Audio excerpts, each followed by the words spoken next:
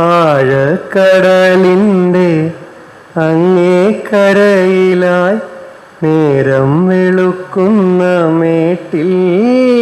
സാംസ്കാരിക വകുപ്പ് വൈലോപ്പള്ളി സംസ്കൃതി ഭവനുമായി ചേർന്ന് ജാനകി അമ്മയുടെ അനുസ്മരണ പരിപാടി ഇന്ന് ഇവിടെ സംഘടിപ്പിച്ചിരിക്കുകയാണ്. ജാനകി അമ്മയുടെ മനോഹരമായ പാട്ടുകൾ ഏതാണ്ട് 6:30 മണി മുതൽ നിങ്ങൾ ആസ്വദിച്ച് ഈ വൈകുന്നേരം വളരെ സന്തോഷത്തോടു കൂടി ഇവിടെ ഇരിക്കുകയായിരുന്നു. ജാനകി അമ്മയുടെ കലാജീവിതം അത്ഭുതം നിറഞ്ഞതാണ്.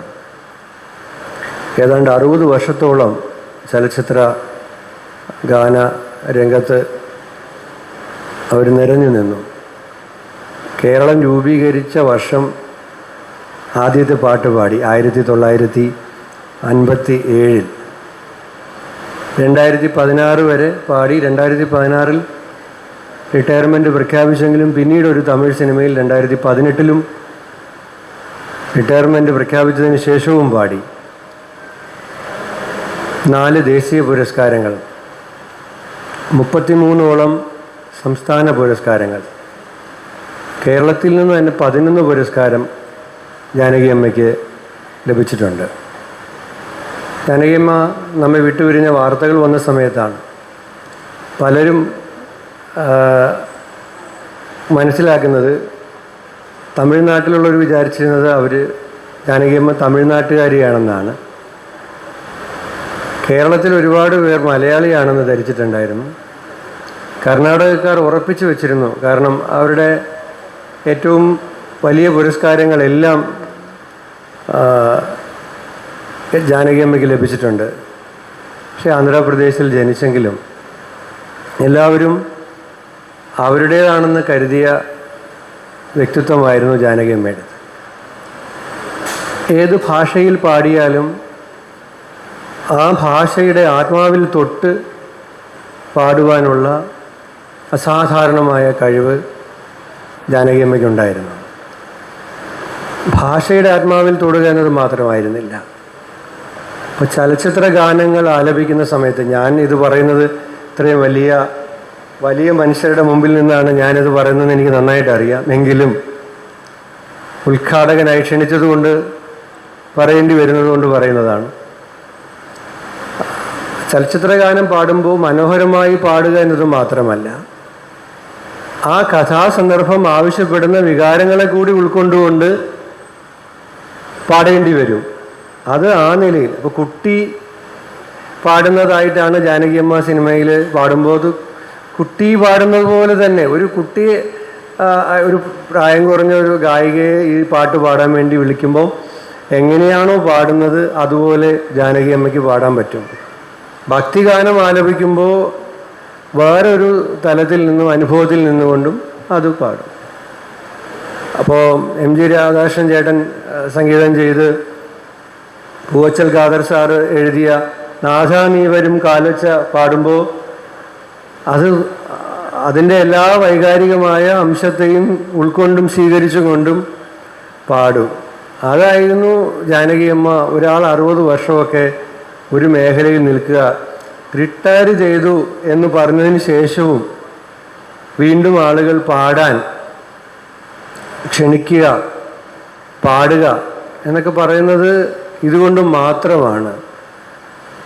സമ്പൂർണമായ സമർപ്പണം കൊണ്ടാണ്. ഓരോ പാട്ടും ഓരോ വ്യത്യസ്തത ഉണ്ടായിരുന്നു, ഒരേ രൂപത്തിലായിരുന്നില്ല ജാനകിയമ്മയുടെ ഓരോ പാട്ടുകളും.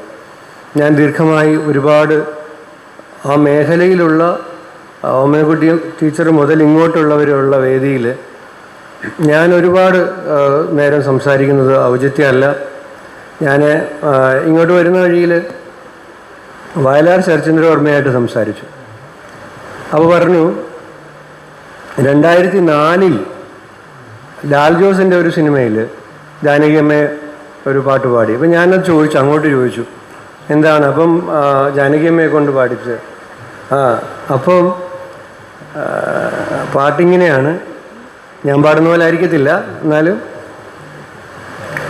ആഴക്കടലിൻ്റെ അങ്ങേ കരയിലായി നേരം വെളുക്കുന്ന മേട്ടിൽ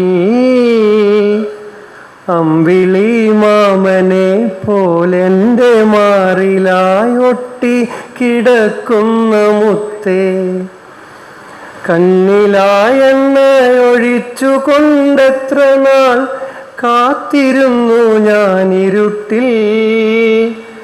ഇന്നെൻ്റെ മൺകുടിൽ മുന്നിലെ തിണ്ണയിൽ പൊന്നായി മിന്നും വിളക്കേ, ആഴക്കടലിൻ്റെ അങ്ങേ കരയിലായി നേരം വെളുക്കുന്ന മേട്ടിൽ അമ്പിളി മാമനെ പോലെൻ്റെ മാറിലായി ഒട്ടി കിടക്കുന്ന മുത്തേ. അപ്പോൾ ഞാൻ അദ്ദേഹത്തോട് ചോദിച്ചപ്പോൾ പറഞ്ഞു, ലാൽ ജോസിൻ്റെ ഒരു ജീവിതാഭിലാഷമായിരുന്നു ജാനകി അമ്മയെ കൊണ്ട് അദ്ദേഹത്തിൻ്റെ സിനിമയിൽ പാടിക്കുക എന്നുള്ളത്.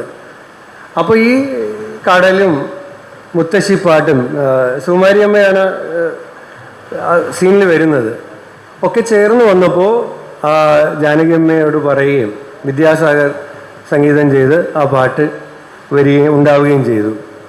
അപ്പോൾ അങ്ങനെ ഓരോ പാട്ടിനെ കുറിച്ചുമുള്ള എത്രയോ കഥകളുണ്ട്, അനുഭവങ്ങളുണ്ട്. ഞാനൊരു വാചകം പറഞ്ഞ് അവസാനിപ്പിക്കുന്നു. MP ശ്രീനിവാസൻ അവർ ഒരിടത്ത് പറഞ്ഞത് ഞാൻ വായിച്ചിട്ടുണ്ട്. ജാനകി അമ്മയെ കൊണ്ട്, ജാനകിയെ ഒരു കാട്ടിൽ കൊണ്ട് നിർത്തിയാൽ ആ കാട് അല്പസമയം കൊണ്ട് സംഗീത സാന്ദ്രമായി മാറും. ആ ധന്യസ്മൃതികൾക്ക് മുമ്പിൽ ആദരാഞ്ജലി അർപ്പിക്കുന്നു. ഈ അനുസ്മരണ സമ്മേളനം ഉദ്ഘാടനം ചെയ്തതായി അറിയിക്കുന്നു. നന്ദി, നമസ്കാരം.